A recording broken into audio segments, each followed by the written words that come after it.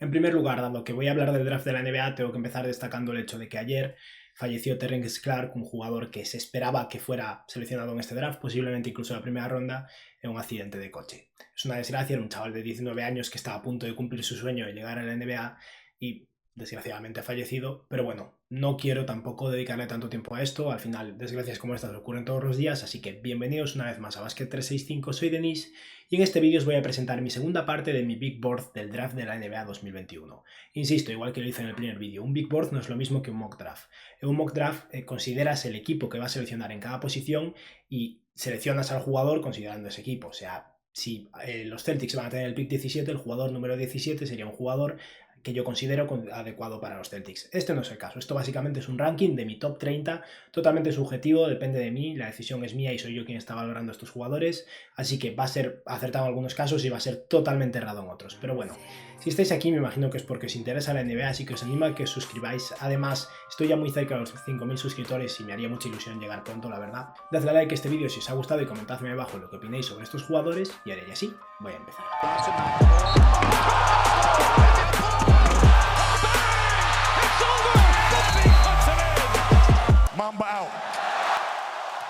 En la primera parte, que pondré en la descripción del vídeo, por cierto, hablé de los jugadores que yo consideraba como los rankeados entre la posición 21 y 30. Y ahora vamos a seguir con el jugador número 20 y vamos a bajar hasta la posición número 11, o sea que ya entraríamos en los jugadores de talento de borde de la lotería y ya la tercera parte será con los jugadores del top 1 al 10. Y ahora ya sí, sin más dilación, vamos a empezar con el jugador que yo considero como el número 20 de esta promoción y se trata de Zaire Williams, un jugador que en cierto modo se parece a un par de jugadores de los que hablé en el vídeo anterior, en BJ Boston y en Josh Christopher, dado que es un jugador que se esperaba que fuera una elección de lotería indudablemente cuando llegó este año a la universidad y tuvo un año francamente malo. Zaire Williams es un jugador alto, un alero, posiblemente incluso un ala pivot, pero es muy delgado, así que lo va a tener difícil para jugar en esa posición, por lo menos en sus primeros años en la NBA, pero se trata de un chaval de 19 años que mide 2,3 metros con una buena envergadura de 2,09 y como decía pesa 83 kilos, o sea que peso le falta bastante y al final lo que se esperaba de él es que fuera un jugador muy completo y además potente a nivel defensivo. Alguien capaz de tener el balón en las manos, aunque no sea un playmaker increíble, pero capaz de crear un poco su propio tiro, capaz de tirar y además un jugador atlético y capaz de finalizar en el aro. El resultado es que después de estar en el instituto donde sus 83 kilos de peso no pesaban tanto, cuando llegó a la universidad con el equipo de Stanford realmente jugó francamente mal, no tiró bien, tuvo problemas con el contacto físico, su defensa fue un poco decepcionante y en general, Zaire Williams, si no tenemos en cuenta lo que esperamos de él o lo que ambicionamos de él y simplemente tenemos en cuenta el producto que hubo en el campo, no es un jugador ni de segunda ronda, pero al final es un jugador que tiene tan buena pinta en tantos aspectos y tiene tantas posibilidades de ser bueno que yo he considerado que se merece estar eso en el top 20. En su temporada con Stanford, que no llegó a March Madness por cierto, promedió menos de 11 puntos por partido, 4,5 rebotes, 2,2 asistencias y 2,9 pérdidas, o sea que perdió más el balón de lo que asistió.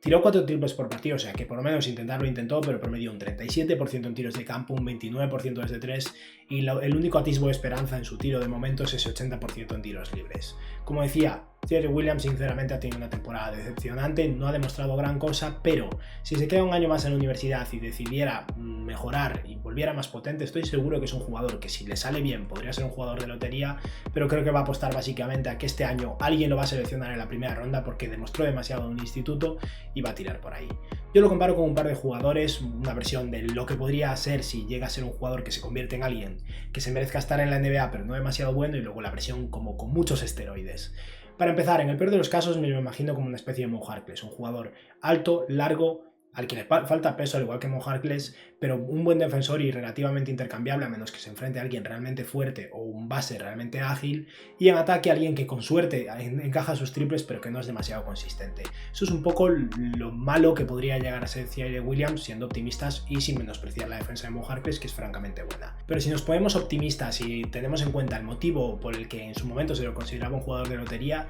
Zaire Williams es un jugador que se puede parecer un poco a Paul George, a un 80% de lo que es Paul George. Es muy optimista, es complicado, es una carrera muy larga y un proyecto muy a largo plazo. Desde luego no va a parecerse a Paul George en sus primeros años en la NBA, pero los recursos están ahí, el físico está ahí, el potencial está ahí y todo depende básicamente de quién decide apostar por él, el sistema de desarrollo de ese equipo y obviamente el trabajo del chaval. Pero Zaire Williams tiene buena pinta, eso desde luego. Pasamos ahora al jugador número 19 de este ranking, y se trata de alguien que se pasó un par de años en la universidad, se esperaba que fuera un one and done y el año pasado jugó francamente mal, y este año lo ha hecho mucho mejor. Realmente ha sido un jugador muy bueno con su equipo de Florida, y aún así tiene cosas buenas y cosas malas. Por eso al final alguien podría incluso intentar draftearlo más cerca de la lotería, pero no me sorprendería incluso que cayera al principio de la segunda ronda, y es Trey Mann, que por cierto no tiene ninguna relación con Terrence Mann, el jugador de los Clippers, no son hermanos ni nada así. Trey Mann es un jugador que en los Florida Gators jugaba como base, y el mayor problema que tiene es que si realmente es un base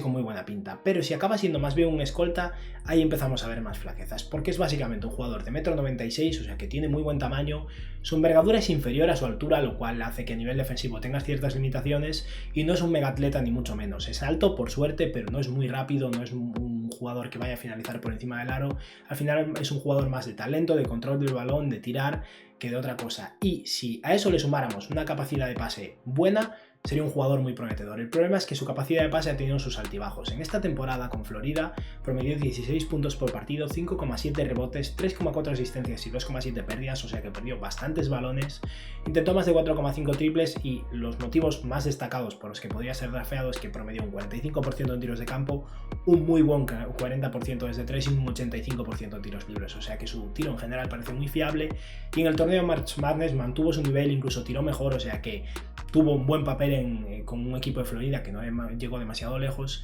Y al final el problema de Trey Mann es ese: si es un jugador que promedia 3 asistencias por partido, no es realmente un playmaker principal, y al mismo tiempo es un anotador, pero que no tiene tantos recursos como anotador. Juega bien en el pick and roll, pero tampoco es el mejor jugador creándose sus propios tiros, y como no es muy atlético ni tiene tantísimo talento debajo del aro, no es Kyrie Irving ni mucho menos, y desde luego no es un jugador al estilo Ja Morant. O sea que al final o mejora su tiro, se vuelve consistente y es un buen playmaker, o puede ser un escolta no súper atlético, un buen tirador pero un defensor regular, un jugador que se queda un poco a medias. Yo he decidido comparar a Trey Mann con un par de jugadores. El primero es Darius Garland, que es bastante más bajo que él, pero son jugadores con estilos de juego similar. Ninguno de los dos es hiperatlético ni va a finalizar realmente utilizando su capacidad física superior cerca del aro. Trey Mann es más alto que Darius Garland. Garland me parece un mejor jugador con el balón en las manos y desde luego un mucho mejor pasador, pero al final son dos jugadores que requieren básicamente de ser hábiles con el balón y de crear su propio tiro y de intentar expandir su juego. Y otra comparación es Coby White, que es un poco lo que podría llegar a ser si no evoluciona como playmaker, un jugador que no es lo suficientemente buen pasador para ser base,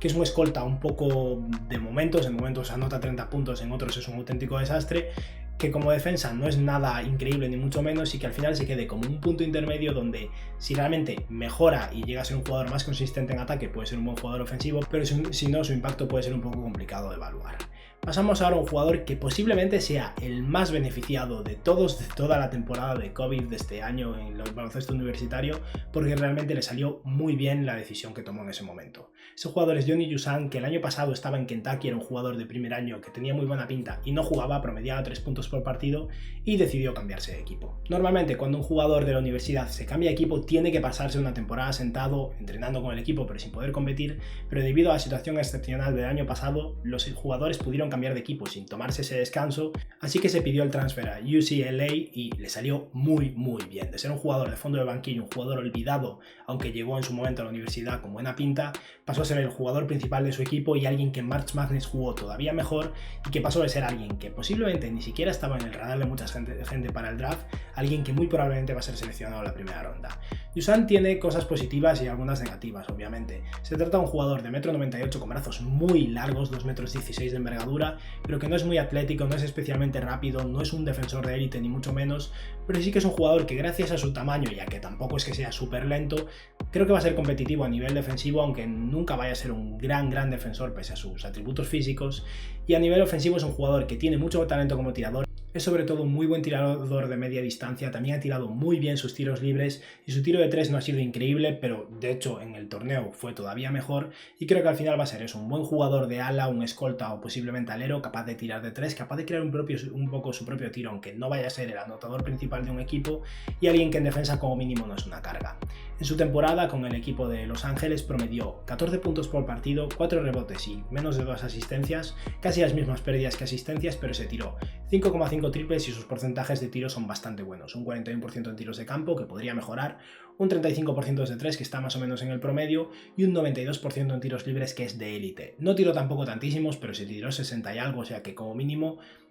tuvo buena pinta en ese aspecto. Y lo más importante, y el motivo por el que puede que sea drafteado en una posición bastante alta, es porque cuando llegó March Madness fue el encargado de llevar un equipo que no tenía tantas expectativas hasta las semifinales del torneo. ¿Os acordáis de esa canastón de Jalen Suggs para ganar un partido en la prórroga cuando iban 90-90? Para llegar a estar 90-90 en la prórroga, ese equipo tuvo que superar muchos obstáculos. No era un equipo que nadie se esperaba que llegara ahí, y ese equipo era UCLA, y el líder de ese equipo era Johnny Juzang, que tuvo 29 puntos en esas semifinales. En el torneo promedió 22,8 puntos por partido, 4 rebotes y una asistencia, y se tiró casi 7 triples con un 51% en tiros de campo, un 38% desde 3, y tiró peor sus tiros libres, un 78%, pero en general tuvo un torneo increíble. No me ha sido fácil encontrar una comparación, pero he decidido compararlo con Bojan Bogdanovic, el de los Utah Jazz. ¿Por qué? Porque veo en él un jugador que, aunque no lo haya demostrado tantísimo de momento, creo que es un muy buen tirador y va a acabar siendo un tirador de élite en la NBA. Y a nivel defensivo, gracias a que es bastante grande, es un jugador competente, aunque realmente no sea el mejor defensor del equipo, ni mucho menos. Y en ataque es eso, va a tirar muy bien y de vez en cuando va a ser el encargado de tirar un poco su propio tiro. Yo veo un rol similar para Juzang de aquí a largo plazo. Llegamos a la elección número 17 y se trata de un jugador que formaba parte de un equipo que prometía mucho y que perdió en el primer partido de March Madness. Ese jugador es Jaden Springer, que para algunas personas es un jugador de lotería y para otros un pick bastante hacia el final de la primera ronda, y creo que es un jugador con mucho potencial. Para empezar, es uno de los jugadores más jóvenes de este draft, tiene solo 19 años y se trata de un base con buen tamaño, 1,93 m de altura, 1,98 m de envergadura, 93 kilos de peso con solo 19 años, o sea que físicamente ya está bastante preparado. Pese a tener esos atributos físicos, tampoco es un mega atleta, no es el jugador más rápido ni va realmente a romper a sus defensores con velocidad o con su capacidad física, tampoco es un gran matador, pero al final tiene un buen cuerpo, un buen físico, es bastante grande y es un jugador que, sobre todo, pese a no tener un rol tampoco tan destacado como anotador, ha tirado bien sus tiros y ha sido un jugador capaz de aprovechar las oportunidades que ha tenido. Preocupa un poco que, como no es tan ágil, no sea tampoco un jugador capaz de sacar su tiro de 3 con tanta facilidad, pero en esta temporada promedió 12,5 puntos por partido, 3,5 rebotes, casi 3 asistencias, 2,5 pérdidas, o sea que tampoco fue muy seguro con el balón. Se tiró solo 2 triples, lo cual preocupa un poco, pero anotó un 44% de ellos, un 47% de sus tiros de campo y un 81% de sus tiros libres. En el torneo, como decía, solo jugaron un partido y no metió ni un solo triple, pero bueno, solo un partido, también anotó todos sus tiros libres y no quiere decir nada. Me parece un jugador en general que está bastante claro que es un buen tirador mecánicamente, tiene buena pinta. El mayor problema es su capacidad atlética, pero es un jugador de 1,93 m, no es que mida 1,85 m, o sea que tampoco me preocupa tanto en ese aspecto y creo que va a ser eso, tal vez no una estrella, pero sí un base sólido en el futuro, sobre todo si mejora su capacidad de creación y de pase, porque ha sido un jugador un poco mediocre en ese aspecto. Yo lo comparo un poco con Malcolm Brogdon, siendo muy optimista, también es verdad. Malcolm Brogdon es un buen defensor, Jaden Springer no es un defensor de élite, pero es competente en ese aspecto, y en ataque es un mejor pasador que él, es un tirador de élite desde luego, es uno de los jugadores más eficientes de la NBA, pero sigue siendo un jugador que no es tan atlético, no es más rápido que la mayoría, simplemente es un jugador relativamente grande para su posición, que hace bien su trabajo y anota los tiros que le da a la defensa, y como resultado pues está siendo un jugador muy eficiente, y podría ser un poco el camino que podría seguir Jaden Springer, siendo optimistas obviamente.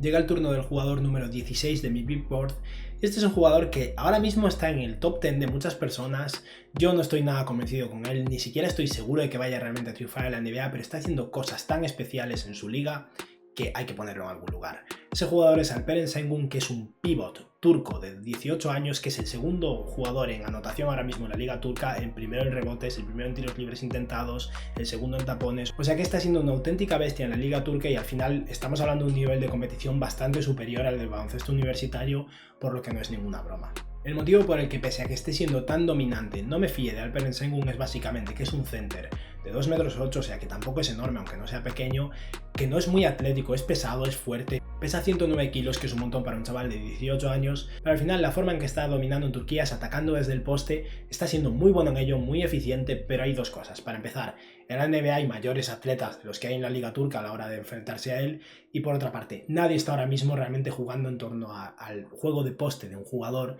y sobre todo si ese jugador no es Joel Embiid, y no creo que Sengun vaya a ser una especie de Joel Embiid. Aún así, sus números son increíbles, promedia 19,4 puntos por partido, 9,4 rebotes, 2,5 asistencias y 2,3 pérdidas. Apenas tira de 3, lo cual es otro problema, menos de un triple intentado, un 19% desde 3, promedia un increíble 64% en tiros de campo y anota el 81% de sus tiros libres, lo cual es muy prometedor también. O sea que está claro que Sengun tiene muñeca, aunque no tira de 3 de momento, sí que tira de media distancia, anota sus tiros libres, ataca muy bien debajo del aro, rebotea bien. A nivel defensivo no es un jugador súper lento tampoco, dentro de lo que cabe es relativamente móvil, pero tampoco me da demasiada confianza en ese aspecto, y ese es otro problema. Una cosa es que esté taponando balones y otra cosa que esté defendiendo a un buen nivel. No se le ha visto tanto en situaciones de intercambio, hay que ver cómo defiende el pick and roll una vez llegue a la NBA, habrá que ver realmente hasta qué punto es capaz de mantener el tipo contra jugadores más rápidos y jugadores de perímetro. No creo que vaya a ser muy sólido en ese aspecto y por eso yo no me fío tanto de Sengun pese a todo lo que está demostrando. Mi miedo básicamente es que sea una especie de Jalil Okafor, un jugador hiperdominante en el poste, un jugador que a nivel ofensivo hace 15 años hubiera sido increíble, pero que es demasiado lento y no es lo suficientemente buen defensor como para mantenerse en el campo, y que en ataque,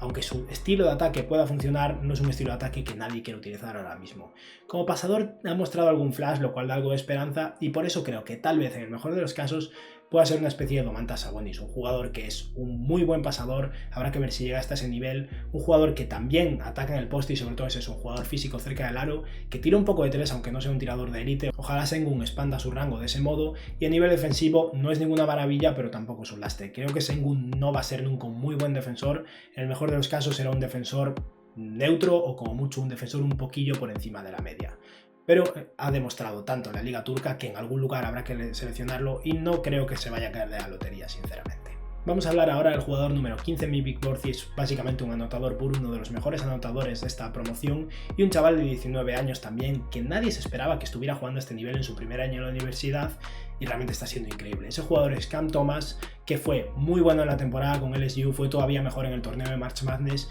y es básicamente eso, un anotador puro. No ha sido tan eficiente, pero no tenía un equipo con tanto talento que realmente pudiera descargar sobre él la carga ofensiva, o sea que la defensa estaba totalmente centrada en él y conseguía anotar canasta tras canasta. Cam Thomas esta temporada promedió 22,6 puntos por partido, 3,4 rebotes, 1,4 asistencias y 1,7 pérdidas, o sea que no es un playmaker ni mucho menos.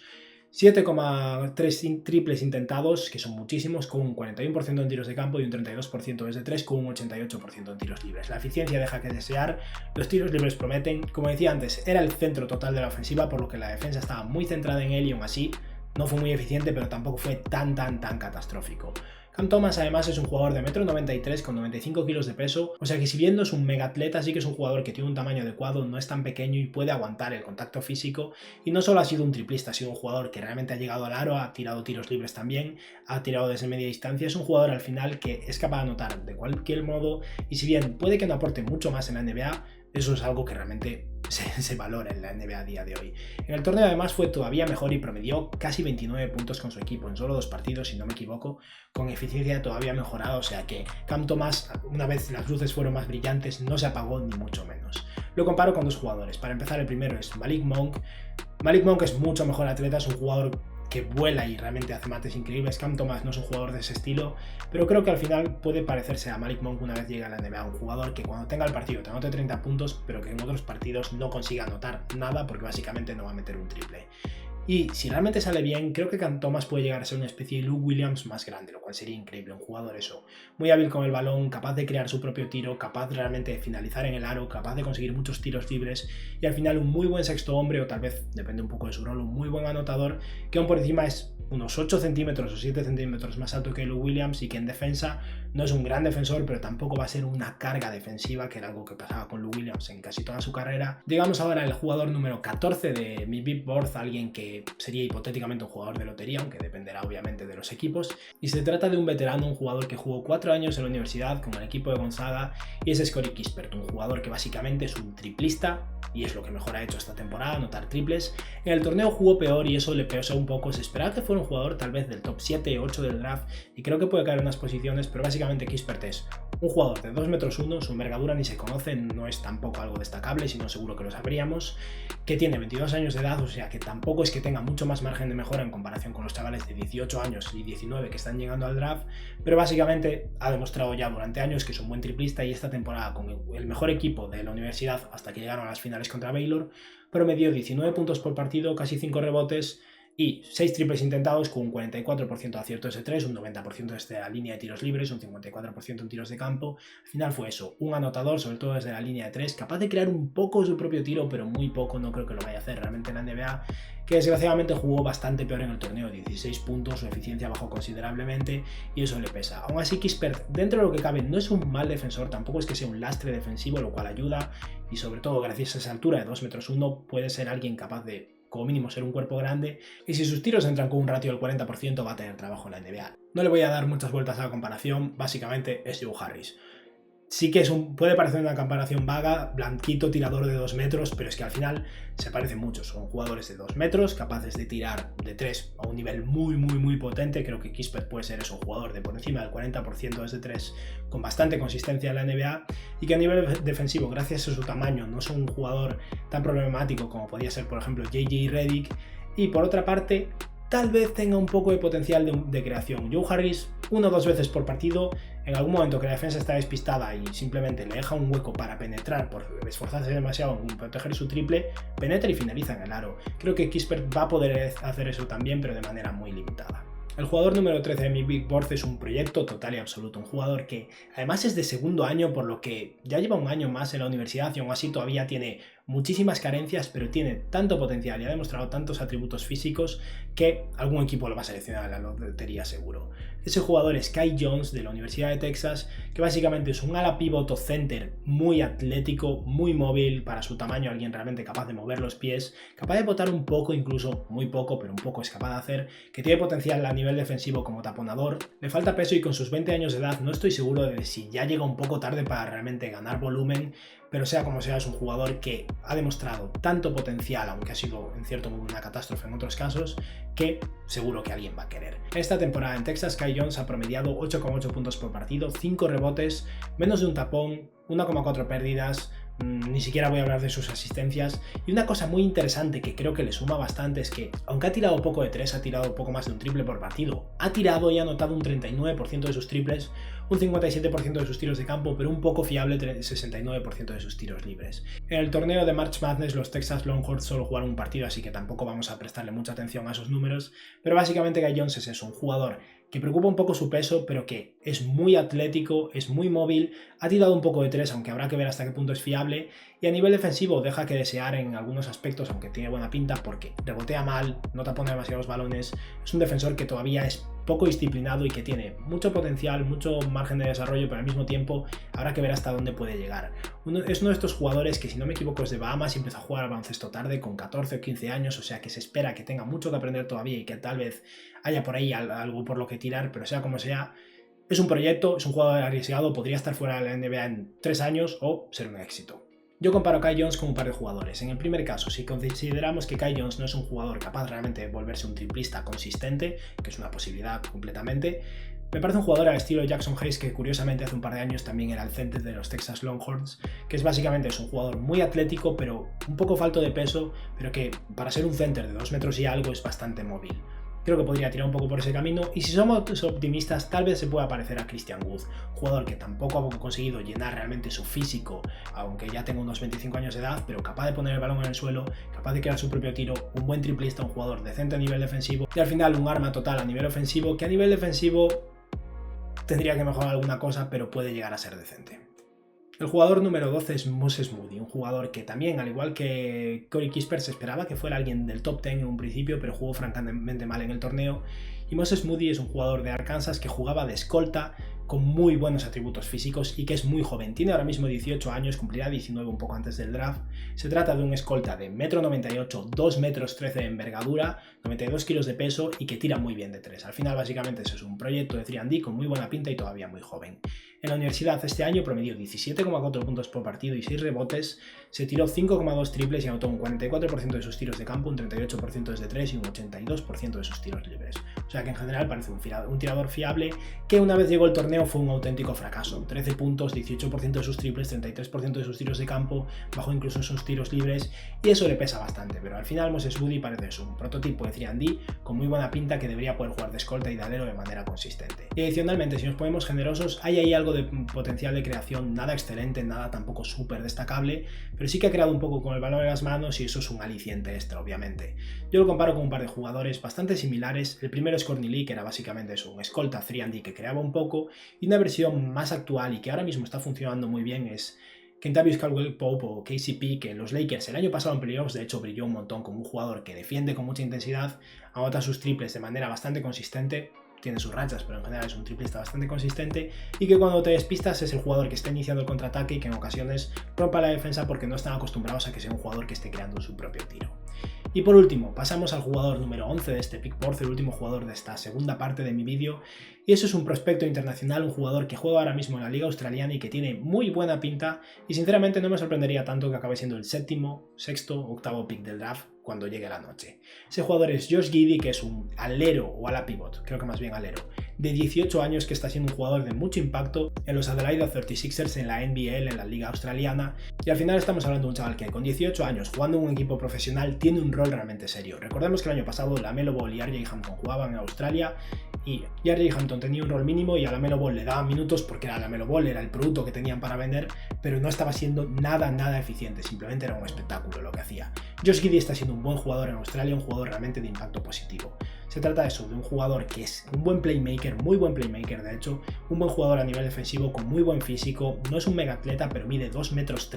y es un jugador móvil con esos 2,3 metros de altura, pesa 93 kilos, tiene que ganar un poco de peso todavía, pero solo tiene 18 añitos y está promediando eso. Casi 11 puntos por partido, casi 7 rebotes, 7,1 asistencia, solo pierde 3 balones, o sea que, aparte de que asiste mucho, es un jugador que está siendo bastante seguro con el balón en las manos, y ahora mismo el mayor peligro que tiene, el mayor motivo por el que no es un jugador del top 5 del draft, porque podría serlo sinceramente, es porque su tiro todavía es muy cuestionable. Está promediando un 41% de acierto en sus tiros de campo, un 31% desde 3 y un 69% en tiros libres. Todavía tiene mucho que mejorar como tirador, pero aparte de eso, la defensa es sólida, su capacidad de creación es más que sólida para un jugador de ala, está siendo capaz de anotar aunque no sea un gran tirador. Habrá que ver en la NBA, donde obviamente el nivel físico es muy superior, pero creo que realmente puede ser un jugador muy bueno en la NBA y tal vez a la larga incluso un All-Star. Yo lo comparo con dos jugadores. El primero es Deni Avdija porque me parecen dos jugadores de un molde muy similar, buenos playmakers de ala, defensores sólidos. Creo que Josh Giddey es mejor defensor que Deni Avdija, que por cierto se rompió la pierna el otro día.